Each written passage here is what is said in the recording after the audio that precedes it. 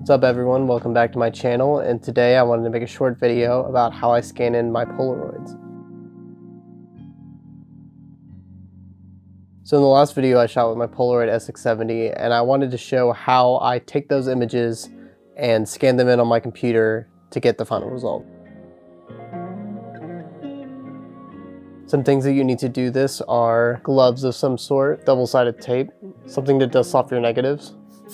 For my setup, I use this Camera Dactyl and Brooklyn Film Camera Polaroid scan adapter, made specifically for Epson scanners, a microfiber cloth to run over both the scanner and the Polaroids before scanning, and finally some Polaroids. I prefer to glove up when doing this. I think it helps just to remove traces of smudges that you could get when applying the photos to the scan adapter. So on the Brooklyn Film Camera website, there is a kind of article that goes over the do's and don'ts of using this adapter, and one of the main things they suggest is to use double-sided tape. I've placed the tape in this kind of fashion, going across the top and then two along the sides. I have found that it's nice to just kind of press on it and kind of try and de-sticky it as much as possible before the first use, and you can kind of let the tape stay for a long time. It really lasts for a while. Then all you're going to do is you'll slide in the Polaroid and you'll make sure that it's good on all four sides. Kind of press it down nice and even, make sure there's nothing sticking out over the edge of the scanner. One of the big reasons of using this is that it helps to eliminate Newton rings in photos, which is why I got this in the first place. I was getting really bad Newton rings over time, and Newton rings occur whenever the Polaroid hits the glass and it creates these concentric circles on the print. Once you put them all in, it looks like this, and then I like to just make sure that they're all pressed down, and then I will run a microfiber cloth along them. The next thing to do is to prep your scanner, and the best practice for that is to blow it off and to also use a cloth on it. So now that the Polaroids are on the adapter and the scanner is turned on, it is time to open up Epson Scan. Inside of Epson Scan, I've created a Polaroid setup. The main thing is that the settings are scanner glass, document type reflective, 48-bit color, and I've tried to do higher scans, like a higher DPI on these, but typically Epson Scan crashes on me, so I found that 2400 DPI is about the best that I can get for a Polaroid, and that's plenty for what I'm doing. Then scanning quality high. I have a folder inside of my pictures that is for Polaroids, and I like to break them up by the year and month. So I will create a folder called base scans for the initial scans, and then another one called final scans after I'm done with them in Lightroom.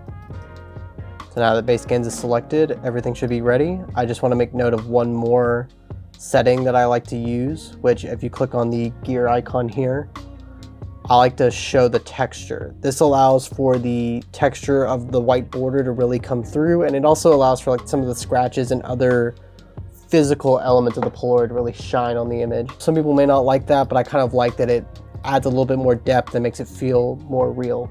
Clicking preview will allow you to see what the scanner is seeing. Once that's done, I will draw a rectangle around one Polaroid, and then I will copy it over and just move it over to the next one until I have all four highlighted.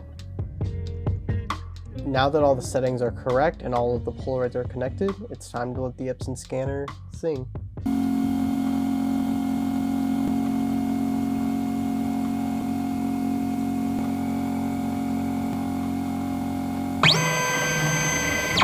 Typically during this process, once the first one is completed, I'll open up Lightroom and I'll start making adjustments.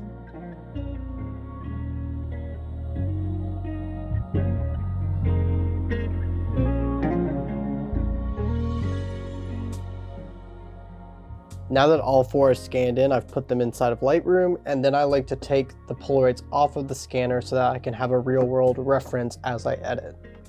So I try not to do too much to the image, but I definitely remove dust and certain spots that may be on the Polaroid that maybe I don't want there.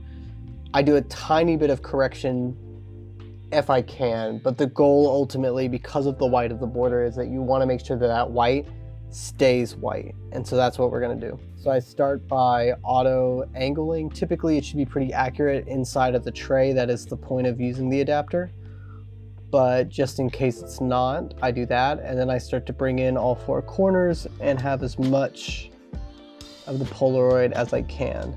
Once that's done, Very good there. Typically I found the first adjustment I make is I do -46 on the highlights, and that kind of brings down the white of the border and it kind of starts to show the texture again.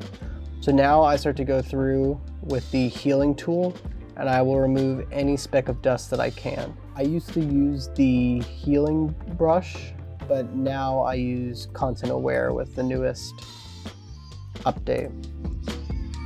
So this takes a little bit of time, and like I said, I try to grab as much as I can off, and sometimes that is taking away from things that might actually be in the image, but ultimately this is not the real version of the image, and I'm trying to make it look as good as possible while still trying to remain truthful to the original. So I like to start just by going through the white border and making sure that everything's good on that end.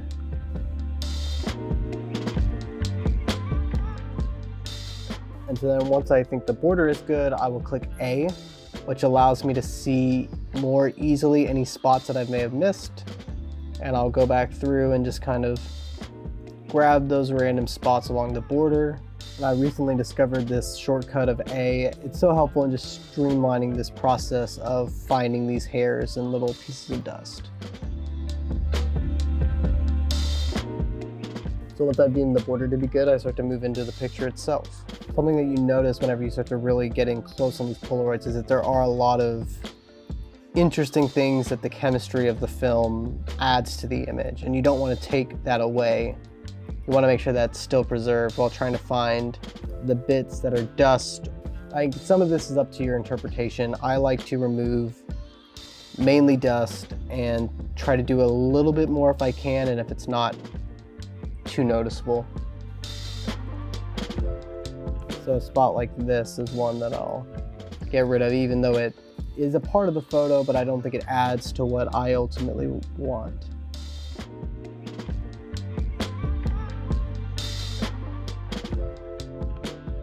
Something that is a good rule of thumb is to try and not add too many edits before you start this process, because it can really start to bog down how fast your computer will move over time.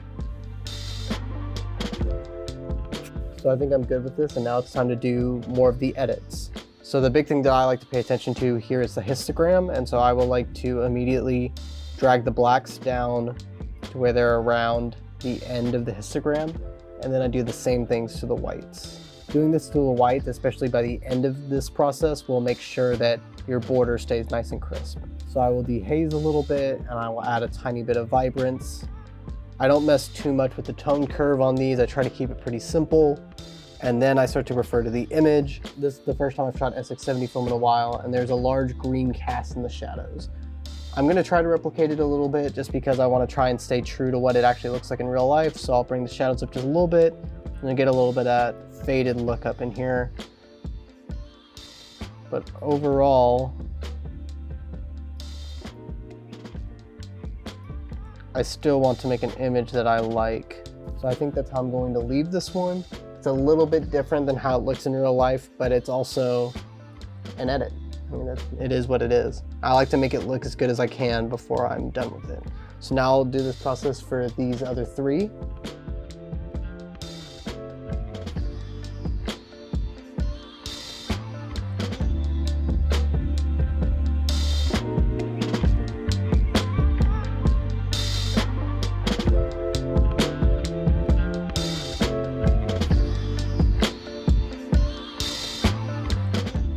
On this one, the final image that I've made is a little bit darker and the actual image is a little bit more faded. So I will go back on my blacks just a little bit to do that and up the shadows a little bit. Finally, I will decrease the contrast a tiny bit until it's a little bit similar.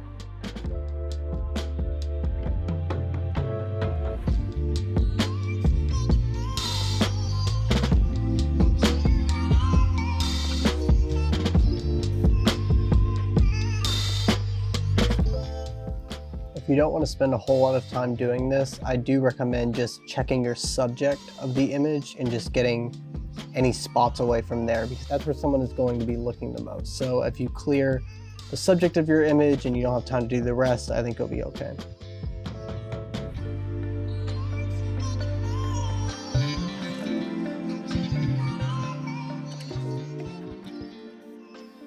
Another thing that is kind of hard is that I'm looking at this under a very specific lighting condition, and if I were to take this outside or somewhere else, it could look a little bit closer to what I'm looking at. And I try not to over edit these photos, but also at the same time, like this one, for example, was underexposed by me on accident. But I'm gonna try and get a little bit of it back if I can in this version of the photo and make it transparent that that's what I'm doing.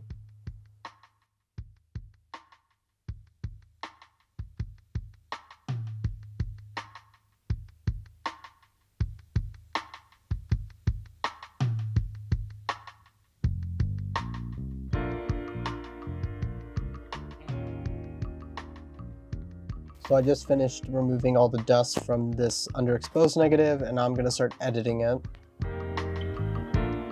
So I can bring the shadows way up in order to see it, but it really brings out that greenish haze. And to reduce that, I'm gonna try and bring it down similarly to what the image looks like in real life. This is kind of what I've landed on. It's ultimately way darker. And if I want to, I could do this to kind of get rid of the greenish cast. That puts it in a little bit better space than I want, but for the sake of this, I'm gonna leave it green, just true to what it was, and just kind of mess the colors just a little bit more until I get it how I want it. The key though, when you're messing with color on editing Polaroid, is to make sure ultimately that your whites are in that top half of the histogram, because that will determine if the photo looks correct when viewed with all the other ones. So this one has this big black spot in the middle, and I'm going to keep it in just because that's what is on the actual Polaroid, and as much as I want to remove it, I think I should stay true to what it actually looks like. So yeah, and then to remove these Polaroids, you just use these little pull tabs in the back. It feels like you're gonna break the Polaroid, but you just grab and kind of just lift it up. Something that I would recommend is to remove these as soon as possible. I left these on here once because I was lazy, and it was not a good experience getting them off. After that, repeat the process and you'll be good. So one downside to using this is sometimes whenever you pull up the photo, you can kind of ruin the emulsion a bit. And you can see that here on this one. It's not a big deal, but it can happen if you're not careful pulling them up. So here's what this pack looked like after I'm done editing them.